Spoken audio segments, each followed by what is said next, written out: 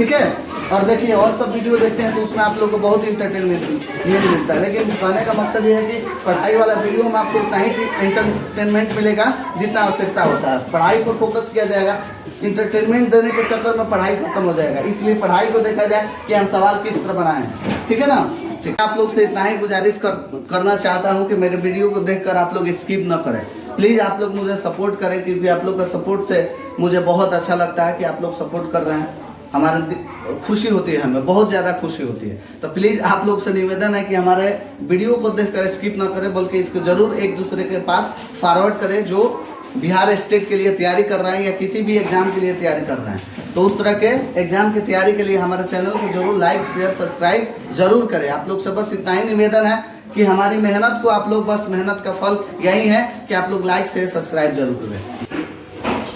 पीछे आप लोग सवाल देख रहे होंगे, बिहार स्टेट पेपर 1 2023 में पूछा गया है और यह सवाल तीसरा नंबर है। तीसरा नंबर सवाल में जो पूछा गया है वह इंटरेस्ट और कंपाउंड इंटरेस्ट से संबंधित यह सवाल पूछा गया है। लेकिन जरूरत नहीं है, इसलिए कि मैं आपके साथ हूँ और मैं आपको हर वीडियो में आपको बिहार स्टेट से संबंधित सवाल को बताते जाऊंगा। ये प्रीवियस ईयर्स का क्वेश्चन है, इसे आप बहुत अच्छा से देखें, क्योंकि आने वाले समय में इस तरह के सवाल, इसी से संबंधित सवाल आ सकते हैं। चलिए हम लोग अपने सवाल की तरफ बढ़ते हैं। सवाल कह रहा है कि 2500 रुपया 3 साल के लिए कोई उधार लेता है। कोई भी व्यक्ति 2500 रुपया 3 साल के लिए लेता है, बॉन्ड बना लेता है कि 3 साल में हम चुकता करते हैं। तो उसका चक्रवृद्धि ब्याज क्या होगी यदि पहले वर्ष के लिए वह 3% वार्षिक ब्याज की दर लेता है, दूसरे वर्ष के लिए 4% लेता है और तीसरे वर्ष के लिए 5% लेता है। यानी कि प्रत्येक वर्ष में 1% की क्या हो रही है, वृद्धि हो रही है। इस सवाल को हम लोग कैसे हल करेंगे इसको देखेंगे। दिया गया है उसी ऑप्शन के अनुसार हमें हल करना है। तो सबसे पहले हम लोग यहाँ निकालेंगे अमाउंट इंटरेस्ट निकालेंगे, ठीक है।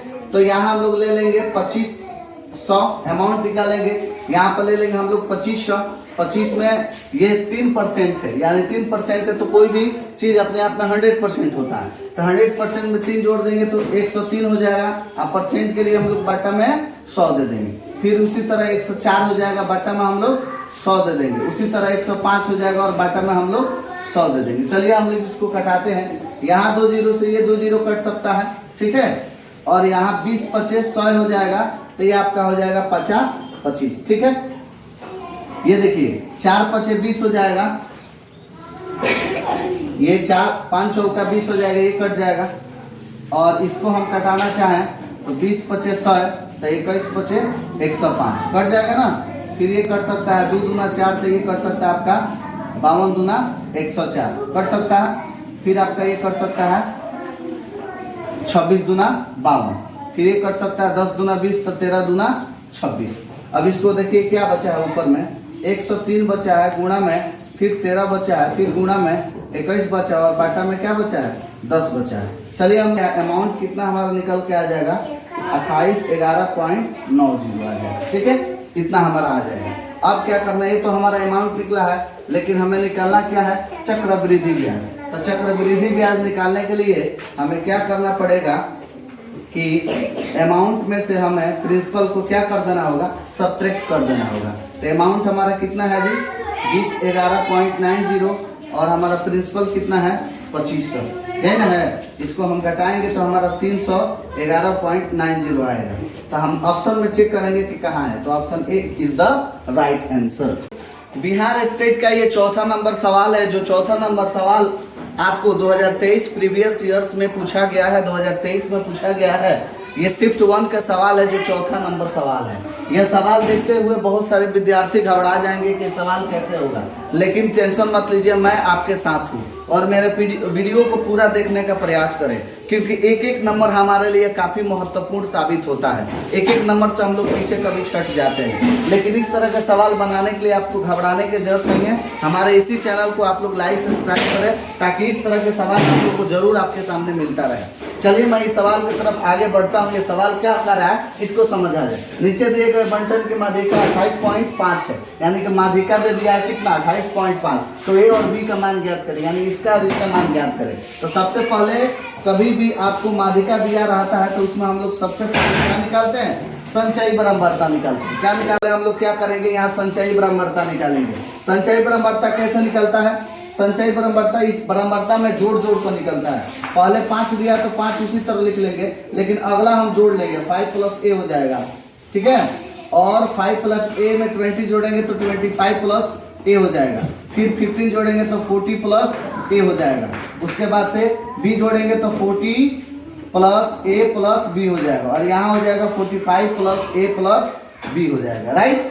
अब यहाँ पर हम लोग को एक फार्मूला लगाना है, जिस फार्मूला को कहा जाता है माध्यिका का फार्मूला। क्या कहा जाता है जी, माध्यिका का फार्मूला, यानी कि L प्लस होता है आपका n/2 माइनस CF बटा F इंटू H, यही आपका फार्मूला होता है, और इसी फार्मूला से हमें बनाना है। तो सबसे अब हम चलेंगे, माध्यिका कितना दिया है बाबू, माध्यिका दिया 28.5 और L का मान दिया, L का मान बराबर क्या बोले हैं, माध्यिका अंतर्गत आने वाले बराबरता। तो आप बताइए कि ये 28.5 है, इसमें किस में शामिल होगा 28.5, तो 20 और 30 के बीच में शामिल हो जाएगा। तो इसका बराबरता क्या लेंगे हम लोग, 20 लेंगे, क्योंकि 28.5 इन दोनों के बीच में शामिल हो जाएगा। तो हम उसका बराबरता क्या लेंगे, 20 लेंगे, प्लस देंगे, n का मान 60 लेंगे, बटा में 2 देंगे। संचय बराबरता क्या कहा है, बराबर यहाँ पर होना चाहिए, इसमें ना हमारा मिल रहा है, तो इसके पहले वाले 5 प्लस ए होना चाहिए। क्या होना चाहिए, 5 प्लस ए, और f का मान क्या होना चाहिए, बराबरता। तो बराबरता हमारा कितना है जी, 20 है। और इसके बाद हम लोग h का मान, h का मतलब होता है कि इसका वर्ग का माप कितना है, तो वर्ग की दूरी कितना है, 10 है, तो 10 लेंगे। क्या है, एकदम पूरी तरह से बैठ गया। l हमेशा याद रखना है, l किसको कहेंगे, बराबरता जो होगा उसके अंतर्गत आने वाले। इसमें हमारा देखिए माध्यिका 28.5 दिया, तो 28.5 हमारा वर्ग में कहाँ शामिल होगा, तो इसमें शामिल हो जाएगा। तो इसका हम लोग बराबरता लेंगे, एल का मान, समझ में आ रहा ना, एल हमारा हो जाएगा। एन का मान होता है टोटल इसका ये कुल योग होगा, तो कुल योग हम लोग 60 ले लेंगे। CF क्या होता है, संचयी बराबरता। तो आप बताइए कि बराबरता के ठीक पहले वाले संचयी बराबरता को लेते हैं, तो बराबरता ये हो गया, इसके ठीक पहले वाले संचयी बराबरता, संचयी बराबरता को लाएंगे, हो गया। उसके बाद से बाटा में दिया f का मतलब होता है बराबरता, तो हमारा इसी में पड़ रहा था 28.5, तो इसका बराबरता 20 है, तो 20 ले लिए। और वर्ग, एज का मतलब होता है वर्ग अमाप, वर्ग अमाप का मतलब होता है वर्ग की डिस्टेंस कितनी है, तो डिस्टेंस कितना है, 10 है। अब इसको हल करते हैं हम लोग, क्या आता है, यहाँ 28.5 लेते चलेंगे, यहाँ आप तीर का चिन्ह दे दो, चाहे यहाँ का चिन्ह देते चलो, यहाँ 20 हो जाएगा, प्लस इसको भाग देंगे तो अंदर में 30 हो जाएगा, ये माइनस गुणा करेगा तो 5 माइनस ए बटा क्या हो जाएगा जी, 20 हो जाएगा, बटा में 10। कैलकुलेशन आपका फास्ट होना चाहिए। अब देखिए यहाँ पर क्या करेंगे हम, 28.5 इक्वल टू 20 प्लस 20 में से 30 में से 5 गया 25 माइनस ए बटा 20 इंटू यहाँ पर हो जाएगा 10 से ये 20 काट सकते हैं 2 बार में, ठीक है जी। यहाँ पर तुम्हारा हो जाएगा 28.5 बराबर ये तुम्हारा हो जाएगा 20 दूना 40 प्लस 25 माइनस ए बटा 2 हो जाएगा ना जी। इसको गुणा करोगे तो कितना हो जाएगा, 57 हो जाएगा, 57 हो जाएगा ना। और यहाँ पर तुम्हारा हो जाएगा 40 20 65 माइनस ए हो जाएगा। अब यहाँ पर क्या करोगे कि 57 में से 65 घटा दोगे और इधर माइनस ए हो जाएगा, तो इधर हो जाएगा तुम्हारा -8 बराबर माइनस ए, यानी कि ए का वैल्यू तुम्हारा क्या आ जाएगा, ए का वैल्यू हो जाएगा इक्वल टू 8, यानी कि ए का वैल्यू 8 हो गया, यानी कि ए की जगह पर हम 8 रखेंगे। अब याद रखिए कि हमको क्या निकालना है, हमको निकालना है बी के भी मान निकालना है। तो चलिए यहाँ पर बी का मान निकाल लेते हैं।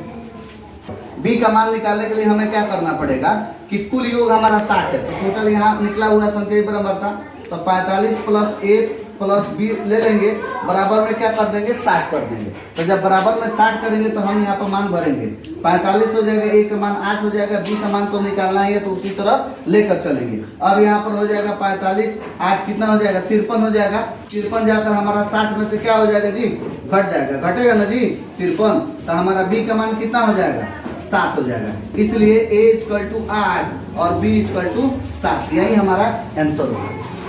समझ में आ रहा ना। देखिए इस तरह के वीडियो देखकर घबराना नहीं, सवाल को इत्मीनान से बनाना है। जो लॉजिक हम दिए हैं, जो ट्रिक दिए हैं, जो बनाने का मेथड है, इसमें क्या ट्रिक लगाओगे, बनाने का जो मेथड है उसके अनुसार नहीं चलोगे तो हर जगह ट्रिक काम नहीं आएगा। इसलिए आपको क्या करना है कि सवाल को सहूलियत ढंग से बनाना है, बस इतना ही करना है कि आपका कैलकुलेशन क्या होना चाहिए, फास्ट होना चाहिए। गुणा भाग लघुत्तम महत्तम जो भी है जोड़ देगा आपका फास्ट होना चाहिए, तो फास्ट होगा तभी सवाल आसानी से बन सकता है।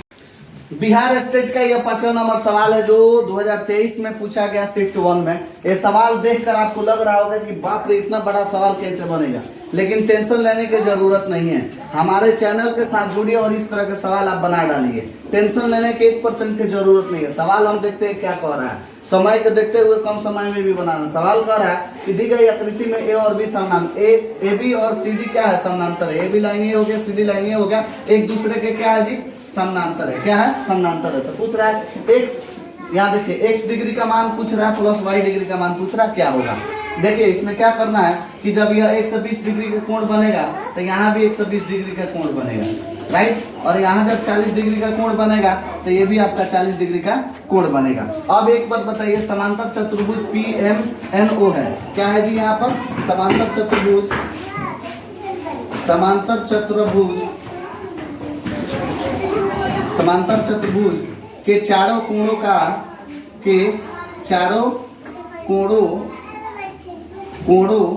का योग कितना डिग्री होता है, योग इक्वल टू 360 डिग्री होता है। मैं आप लोग से पूछ रहा हूं कि यहाँ पर हमारा x डिग्री है और यहाँ पर हमारा y डिग्री है। तो सबसे पहले हम लोग चारों कोण ले लेंगे, यानी कि P plus M plus N plus O बराबर 360 डिग्री। अब हम आप लोग से पूछे P का मान क्या दिया, x डिग्री, प्लस M का मान दिया है 120 डिग्री, प्लस N का मान दिया है y डिग्री, प्लस O का मान दिया 40 डिग्री बराबर 360 ले लेंगे। अब एक बार बताइए x प्लस y हमको निकालना है तो 120 और 40 160 हो जाएगा। तो 360 में से जाकर 160 हमारा घट जाएगा, तो घटेगा ना जी। तो x प्लस y बराबर कितना हो जाएगा, 200, यानी x प्लस वाई बराबर 200 डिग्री का कोण बनाएगा। हम चेक करेंगे ऑप्शन में, option C is the right answer. Bihar state का 6वां नंबर सवाल है। यह सवाल देखकर बहुत छोटा लगता है, लेकिन एक बात जान लीजिए, बहुत सारे बच्चे इसमें कंफ्यूज होकर गलत आंसर मार कर चले जाते हैं एग्जाम में।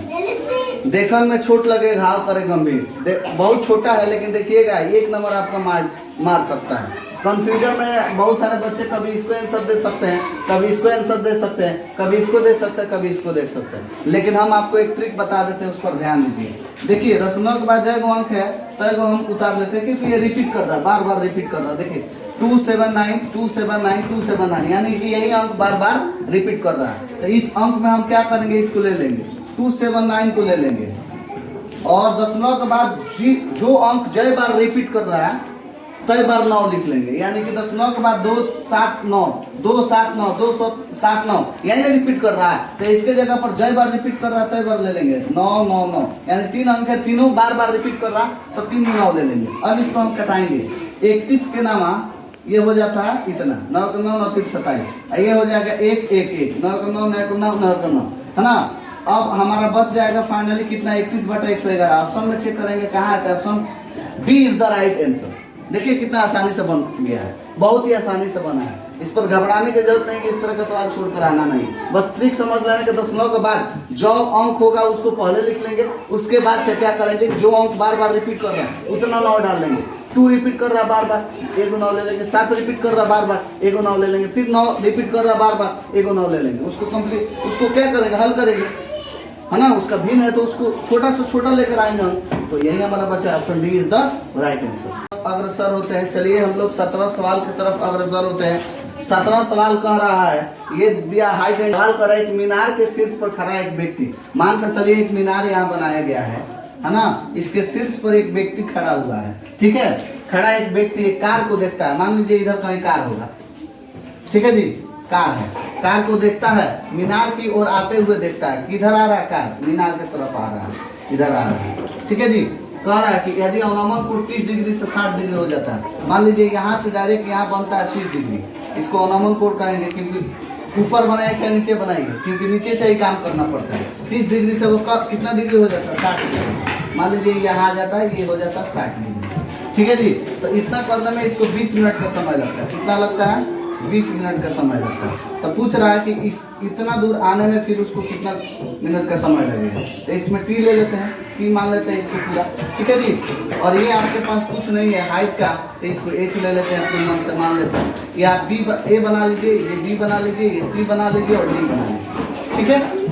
अब देखिए इसमें क्या करना है कि अगर आप लॉजिक से चलेंगे, खूब मतलब मेथड से चलेंगे, तो इस प्रकार से होगा आपका मेथड। मान के चलिए 1060 डिग्री लेकर बना लीजिए। 1060 डिग्री इक्वल टू लंब बटा आधार क्या हो जाएगा, h बटा t हो जाएगा। इसका सूत्र होता है √3 इक्वल टू h बटा t हो जाएगा। अब यहाँ पर किसी का मान निकाल लीजिए, h का मान निकालेंगे तो √3t हो जाएगा, ठीक है। अब उसके बाद से दूसरा ले लीजिए आपका 1030 डिग्री लेकर बना लीजिए। 1030 डिग्री इक्वल टू क्या हो जाएगा, फिर लंब बटा आधार, ये हो जाएगा आपका, ये पूरा लेकर बना लेंगे ना जी, ABCD पूरा लेकर बनाएंगे, तब वहाँ पर हमारा कितना डिग्री हो जाएगा, t+20 हो जाएगा। कितना हो जाएगा, t+20 हो जाएगा। अब मान के चलिए इसका मान होता है 1/√3 इक्वल टू h बटा t+20 हो जाएगा। इसको हल करिए तो √3h इक्वल टू t+20 हो जाएगा। हम आपसे पूछेंगे कि h का मान कितना निकालें, √3 निकालें, इसको भर दीजिए इसमें, √3 इंटू h का मान √3 यहाँ निकालें, √3t निकालें इक्वल टू t+20 हो जाएगा। यहाँ हो जाएगा गुणा करेगा तो 3t, आइए t इधर आ जाएगा तो यहाँ बचेगा 20, यहाँ हो जाएगा आपका 2t, क्या हो जाएगा 2t इक्वल टू 20, यानी t इक्वल टू 20 बटा 2 यानी कि 10, यानी कि t इक्वल टू कितना हो जाएगा 10, यानी कि यहाँ से यहाँ तक की आने में उसको लगेगा 10 मिनट की दूरी, 10 मिनट लगेगा। कितना लगेगा जी, 10 मिनट लगेगा, 10 मिनट लगेगा। यहाँ से आने में 20 मिनट लग रहा है, यहाँ से आने में 10 मिनट लगेगा। अब आपको हम बता देना चाहते हैं एक ट्रिक, ऑप्शन में देखिए 10, यहाँ 10 पर टिक मार देंगे, लेकिन एक ऑप्शन एक ट्रिक जान लीजिए कि अगर कोई कार यहाँ से चल रहा है और अगर 30 डिग्री है तो वो 60 डिग्री हो जाता है, तो समय भी आपका क्या होगा, इसका आधा हो जाएगा। 20 में से 10 घटा लेंगे 30 हो जाएगा, 20 में से 10 घटाएंगे तो 10 हो जाएगा। 8वां नंबर सवाल को हम देखते हैं। 8वां नंबर सवाल क्या कर रहा है, एक पहिया है और पहिया का व्यास दिया हुआ, मान के चलिए ये कोई पहिया है गोल सा, है ना, इसका व्यास दिया है, यानी कि यहाँ से यहाँ तक की दूरी इसका दे दिया, व्यास दे दिया, यानी d इक्वल टू दे दिया 1.26 मीटर। तो हम तुरंत r निकाल लेंगे तो कितना होगा 0.63, यही होगा, इतना मीटर हो जाएगा, राइट। अब यहाँ पर क्या करेंगे, हमारा 500 चक्रों में तय की गई दूरी ज्ञात करना। तो सबसे पहले हम देखेंगे वृत्त की क्या निकालेंगे, यहाँ पहिए की परिधि निकालेंगे, पहिए की परिधि। पहिया कैसा है जी, पहिया एकदम वृत्ताकार है, इसलिए वृत्त का फॉर्मूला लगेगा। परिधि का सूत्र क्या होता है, 2πr होता है, तो 2 इंटू 22/7 कर लेंगे और r का मान 0.63 मीटर कर लेंगे। 7 से कटा लेंगे तो 0.9 मतलब कट जाएगा, 22 × 44 0.9, ये आपका कितना हो जाएगा, गुणा कर लेंगे 9 × 36 मीटर, 36 × 3 39, 10 एक अंक बाद है, एक अंक बाद वही 6 हो जाएगा ना जी, हाँ 39.6। तो जो पहिए का परिधि निकला है तो एक बार चक्कर लगाया तब निकला है, यानी कि एक बार चक्कर लगाया तब निकला है, यानी लिख सकते हैं एक बार चक्कर लगाने की दूरी बराबर कितना आ गया, कितना आ गया। तो अब बताइए 500 चक्कर लगा रहा है, कितना लगा रहा है, 500 बार चक्कर लगाने में तय की गई दूरी की तय की गई दूरी, यही ना निकालेंगे। तब 500 गुणे में हम लोग कितना कर देंगे, 39.6 मीटर आ जाएगा। ये 1980 बार वो चक्कर देख लीजिए, यही आपको इतना मीटर की दूरी वो क्या करेगा, तय कर लेगा। सवाल बहुत आसान है, घबराने की जरूरत नहीं, सवाल बनाने समझ रखिए, और जो भी सवाल है उसमें गुणा भाग आपका महत्व ये